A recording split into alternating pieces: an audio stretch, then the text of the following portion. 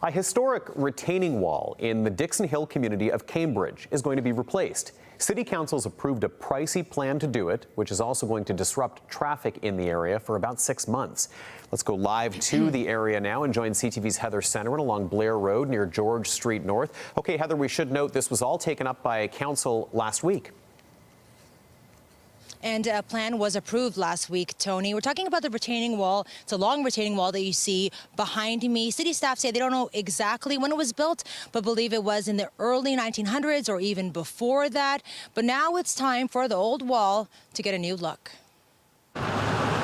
Nestled in the quaint community of Dixon Hill is a retaining wall that is believed to be more than 100 years old. But the Blair Road wall has seen better days.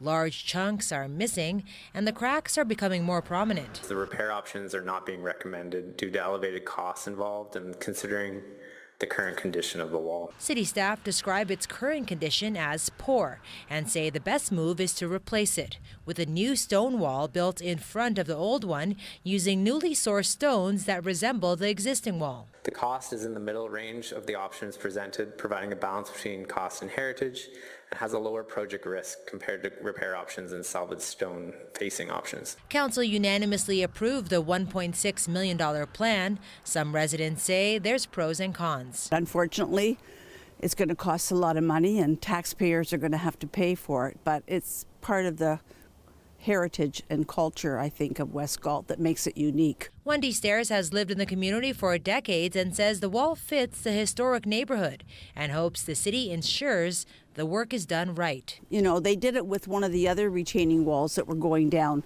from Park Hill, and they pretty well managed to keep the same footprint. I hope that they can still do the same for this. She's not the only one who is eager to see the end result. I will say that whoever gets this contract, there's going to be an awful lot of eyes watching, make sure it's done very well, and there will be future jobs if it is. Replacing the wall will take about 6 months and will cause some traffic disruption. Either the road will be closed entirely or it will be one lane, down to one lane with potential for flagging, but we need to kind of review all the traffic implications.